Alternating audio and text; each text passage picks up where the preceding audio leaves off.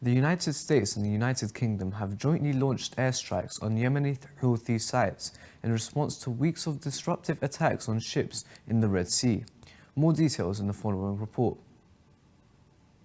In response to weeks of disruptive attacks on Red Sea shipping by Yemeni Houthi forces, the United States and the United Kingdom jointly launched on Friday, January the 12th, military strikes against the forces' sites in Yemen.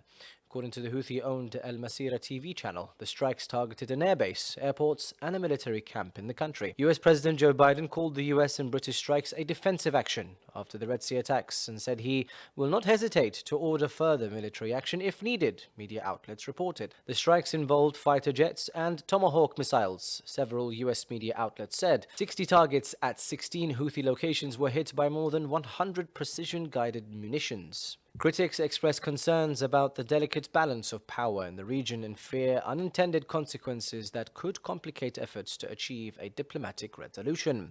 The Houthis said there was no justification for the airstrikes and warned that attacks on Israel-linked shipping would continue. Russia on Friday condemned the strikes by the United States and Britain as an escalation with destructive objectives.